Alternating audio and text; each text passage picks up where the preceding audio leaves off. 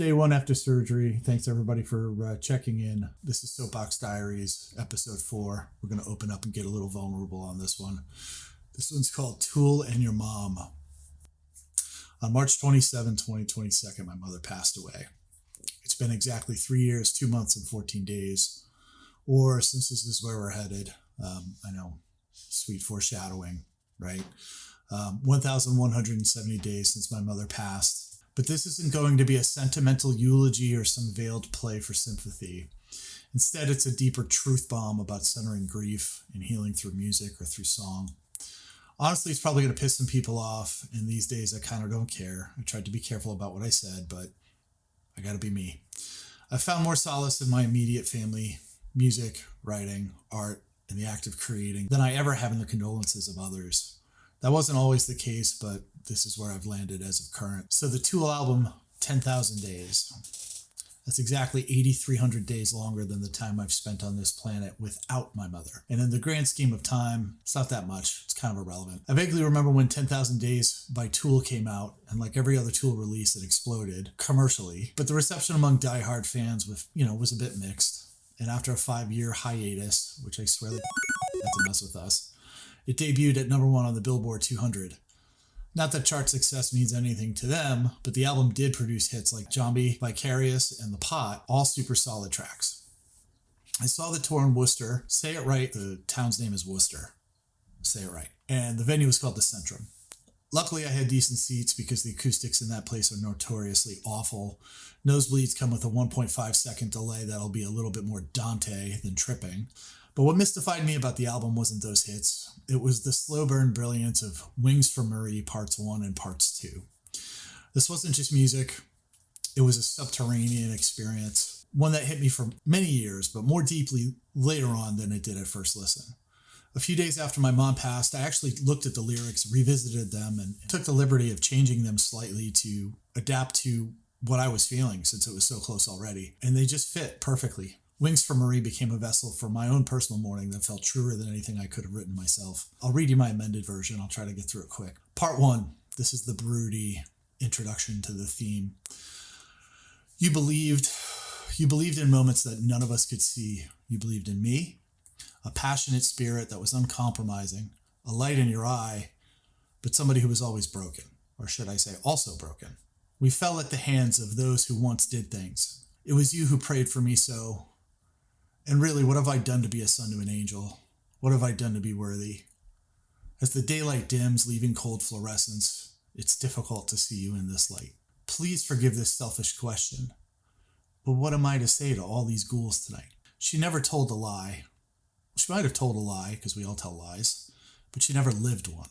She didn't have a life, but she surely saved one. See? I'm all right. And so now it's time for us to let you go. That's part 1.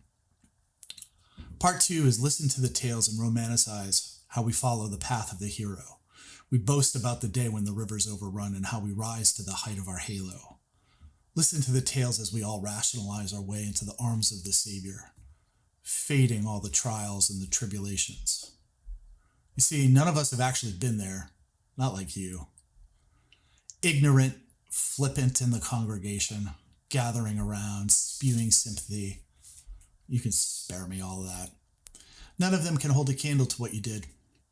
Blinded by choices, hypocrites won't seek it. But enough about the collective Judas. Who could deny you were the one who illuminated your little piece of the divine? This little light of mine, it gives your past to me. I'm going to let it shine, and I know it'll guide you safely on your way home. What are they going to do when the lights go down without you to guide them all to Zion? What are they going to do when the river's overrun, other than tremble incessantly? High is the way, but our eyes are on the ground. You are the light in the way that they're only going to read about. I only pray heaven knows when to urge you out, because 10,000 days in the fire, that's long enough. You're going home. You're the only one who can hold your head up high, and you can shake your fists at those gates saying, I've come home now.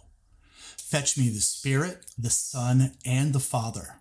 Tell them their pillar of truth and faith has ascended. It's my time now. It is my time now. Give me my wings. When you dig into the meaning behind this song, there's multiple interpretations. Some Tool fans, especially those chasing ego death, i.e. ayahuasca and sort of rearranging your neural network and those kinds of things, decoding fractals, and they'll argue that the song reflects sacred geometry, mathematical theories. A good example would be Fra Angelico's painting The Annunciation, circa 1435, and I'll show the picture here. The angel Gabriel's wings form a pattern of overlapping ellipses. Some see this as a representation of toroids, and toroids are rotating closed curves, or ellipses, if you will, that exist in a pattern on the same plane, but they never intersect. Now go and look at Alex Gray's 10,000 Days artwork for the album. It's almost identical in concept. As you see the faces turning in different directions and all of the, if you will, mirror effects in between, none of them actually intersect. They're all extensions of each other. Now go a little bit further and go down the wormhole and look up HOPF maps, and that's spelled HOPF. And there are interactive models where you can go and you can create your own simulations of these visual symmetries. And you're creating different circles that will all circle around each other, these ellipses, but they will never actually intersect. They live on their own existing planes. It's actually really fun to do. I did it. You should do it too. It's stunning. And Gabriel's wings and the more metaphorical wings for Marie became toroidal worlds without end, and they never intersected. That's one interpretation. But it's also very likely in our own human rationalization that Maynard was simply processing the death of his own mother, Judith Marie, and accepting that she was ready to move on to whatever was next, another plane, maybe another toroid. The backstory was that Maynard's father left after divorcing his mother in 1968.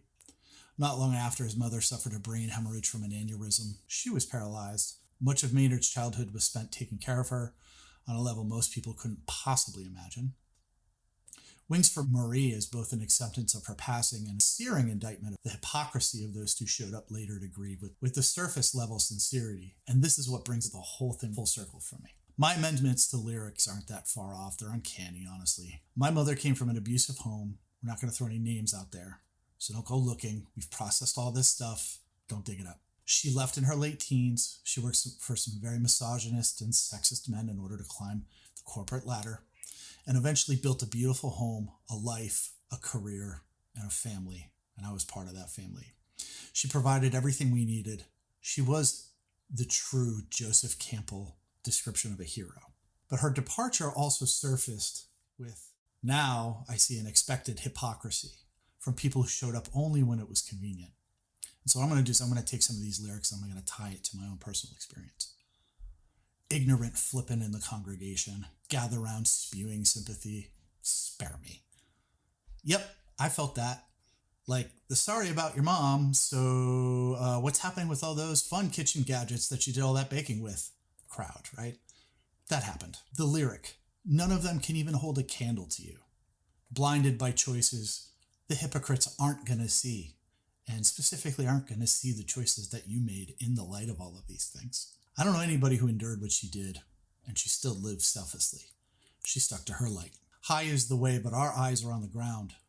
You are the light in the way they'll only read about. We'll only know what she did. I don't know that we'll ever be able to do what she did. Her story is her example, her peace. The next lyric, and this is the one that gives me goosebumps. Fetch me the Spirit, the Son, and the Father. Tell them their pillar of faith has ascended. She didn't just earn her peace, she authored it.